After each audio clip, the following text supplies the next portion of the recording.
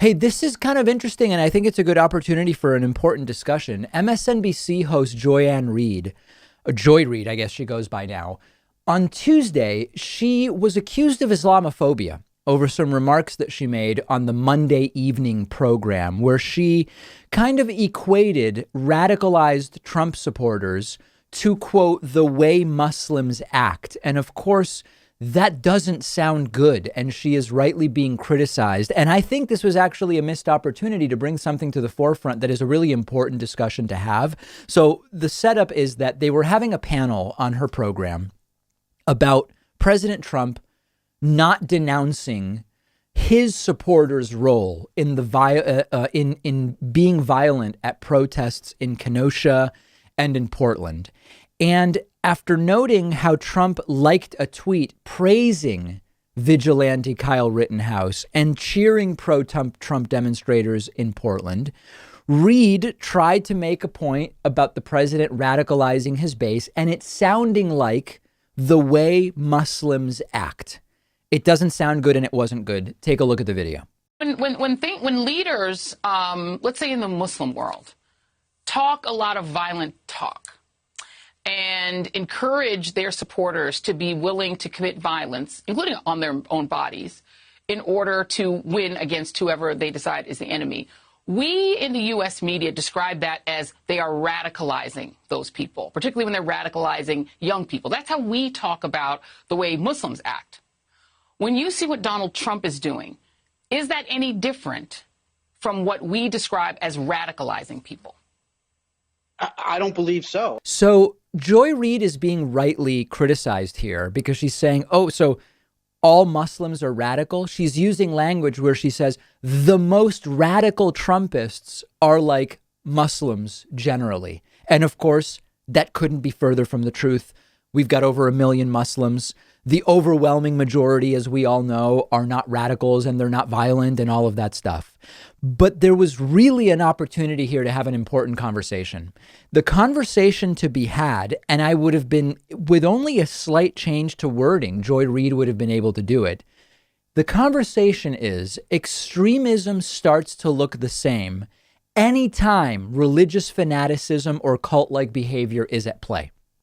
And when you look at right-wing Christians and the most extreme movements within right-wing Christianity, when you look at radical Islamists, when you look at Trump cultists with guns, they are all very similar. The cult-like reverence to whatever, sometimes it's God, sometimes it's a religious leader, sometimes it's a cult leader, sometimes it's, in the case of Trump, an elected official. That is a real consideration. And in fact, it's part of the conversation where when we talk about political violence, you often see it categorized as right-wing violence, including stuff like militias and sovereign citizens and white nationalists, eco-terrorism, like, you know, the small slice of political violence that would be based on things like climate defense on the left, very rare, and then Islamic political violence. I've made the case for years that if you believe religion should be the supreme law of the land and you are willing to go and commit violence in the name of religion, it doesn't really matter what religion that is. That's almost certainly right-wing violence. So I've been saying for a while, radical Islamic violence is right-wing. And when you look at the precepts and the beliefs of radical Islamists and compare them to radical Christians and white nationalists who are often influenced by Christianity, they're really almost the same. Different details internally, and they're really all right wing. So I get why Joy Reid is being criticized. She didn't address this the right way. She simply said this is how Muslims act, which sounds like she's saying this is how all Muslims act. And it's important to remember that when we on the left talk about this, I never say all Republicans X, all Trumpists Y. We don't say all Muslims X, of course. And the missed opportunity here would be to say, what we are talking about here is that radicalism all starts to look the same. We should be able to apply the same language to it when we talk about Trump radicals, Muslim radicals, or whoever. Congresswoman Ilhan Omar tweeted about this saying, quote, honestly, this kind of casual Islamophobia is hurtful and dangerous. We deserve better, and an apology for the painful moment for so many Muslims around our country should be forthcoming. It is hurtful and it's unproductive, but it should be okay to talk about how all extremism starts to look very similar in a way that's serious and in a way that's sober. So Joy Reid missed an opportunity to say these radical Trumpists show the same type of radicalization that we see in all radicals, including radicalized Muslims who these radical Trumpists claim to oppose. They are more similar, in fact, than they would have you believe. That has to be okay to talk about. I believe that if Joy Reid had couched it in those terms, it would not have gotten the backlash that it received. A radical is a radical. It doesn't matter if it's based on race, color, creed, politics. Radical is radical, and it all starts to look the same. Let me know what you think. I'm on Twitter at @Pakman. Remember to get the daily audio podcast on Spotify, Stitcher, iTunes, wherever you listen to your podcasts.